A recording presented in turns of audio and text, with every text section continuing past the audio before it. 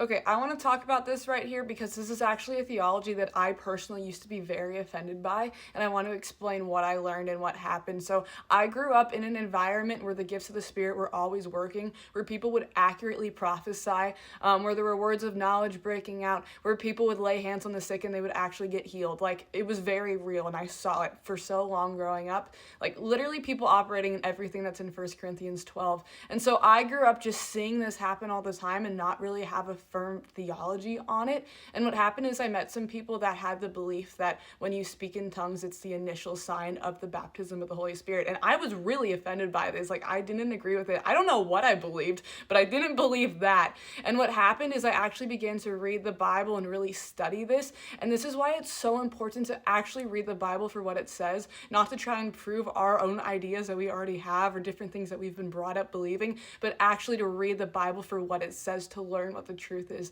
And I began to read through Acts when people would be baptized in the Holy Spirit. And the first occurrence, Acts 2, the baptism of the Holy Spirit, they began to speak with new tongues. In Acts 10, they knew that they were baptized in the Holy Spirit because they spoke with new tongues. Same thing in Acts 16.